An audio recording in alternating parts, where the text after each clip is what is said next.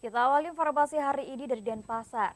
Pemirsa, kasus dugaan penyalahgunaan kekuasaan dan wewenang di LPD Desa Pekraman Serangan yang ditangani Kejaksaan Negeri Denpasar hingga kini belum menetapkan tersangka.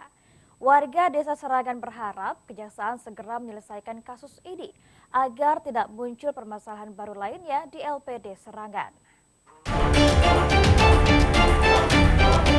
Hampir 10 bulan lamanya warga Desa Serangan belum mendapatkan kepastian kasus dugaan penyalahgunaan kekuasaan dan wewenang yang dilaporkan ke Kejaksaan Negeri Denpasar. Belasan saksi telah diperiksa namun belum ada satupun yang ditetapkan sebagai tersangka. Dari hasil audit pihak ketiga akibat penyalahgunaan wewenang ini, diduga LPD mengalami kerugian hingga 6 miliar rupiah.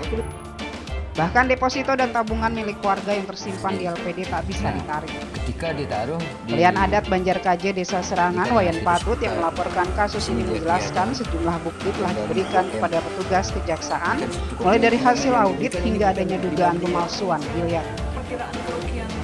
ada dana 2 miliar deposito orang asing. Nah, di sini jelas sekali dipergunakan 1,4 itu oleh juru bandese untuk kepentingan bisnisnya. Nah, yang dia simpan di LPD adalah senilai 600. Padahal biliar yang keluar atas nama LPD Serangan itu adalah 2 miliar. Badan pengawas dalam hal ini juru bandese sebagai badan pengawas kok tega sekali gitu mengambil uang di LPD yang milik orang asing didepositokan dipergunakan untuk kepentingan bisnis pribadinya.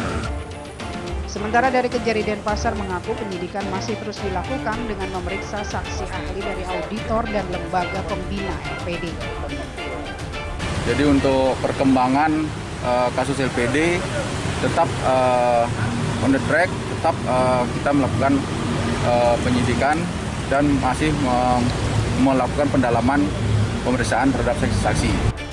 Warga pun memberikan batas waktu sampai Mei 2022 untuk penetapan tersangka.